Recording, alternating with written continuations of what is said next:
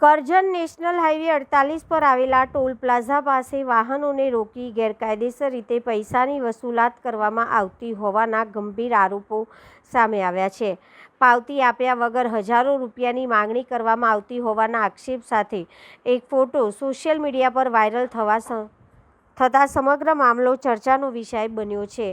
વાહન ચાલકોના આક્ષેપ મુજબ કેટલાક અજાણ્યા ઈસમો પોતાને ફાઇનાન્સ કંપનીના વાહન સીઝર કરનારા વ્યક્તિઓ ગણાવીને હાઈવે પરથી પસાર થતા વાહનોને રોકે છે। વાહનના લોનના હપ્તા બાકી હોવાનું કહી વાહન ચાલકો પાસેથી દંડના નામે હજારો રૂપિયાની માંગણી કરવામાં આવતી હોવાના આરોપો ઉઠ્યા છે। આક્ષેપો મુજબ આ લોકો વાહનોને ઘેરી લે છે અને પૈસા વસૂલવા છતાં કોઈ પ્રકારની સત્તાવાર પાવતી આપવામાં આવતી નથી, જેના કારણે વાહન ચાલકોમાં ભય અને રોષ જોવા મળી રહ્યો છે।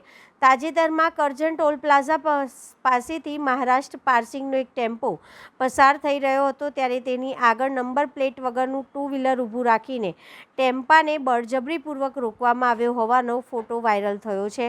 સ્થાનિકોમાં ચર્ચા છે કે નંબર પ્લેટ વગરના ટુ વ્હીલર પર આવતા અજાણ્યા ઈસમો દ્વારા આ રીતે હાઈવે પર વાહનો રોકવામાં આવે તો કોઈ ગંભીર ઘટના પણ બની શકે છે। ત્યારે આ લોકો કોણ છે અને તેઓ વાહનો રોકવાનો અધિકાર કોણે આપ્યો છે તે અંગે તપાસ હાથ ધરવામાં આવે તેવી માંગ ઉઠવા પામી છે।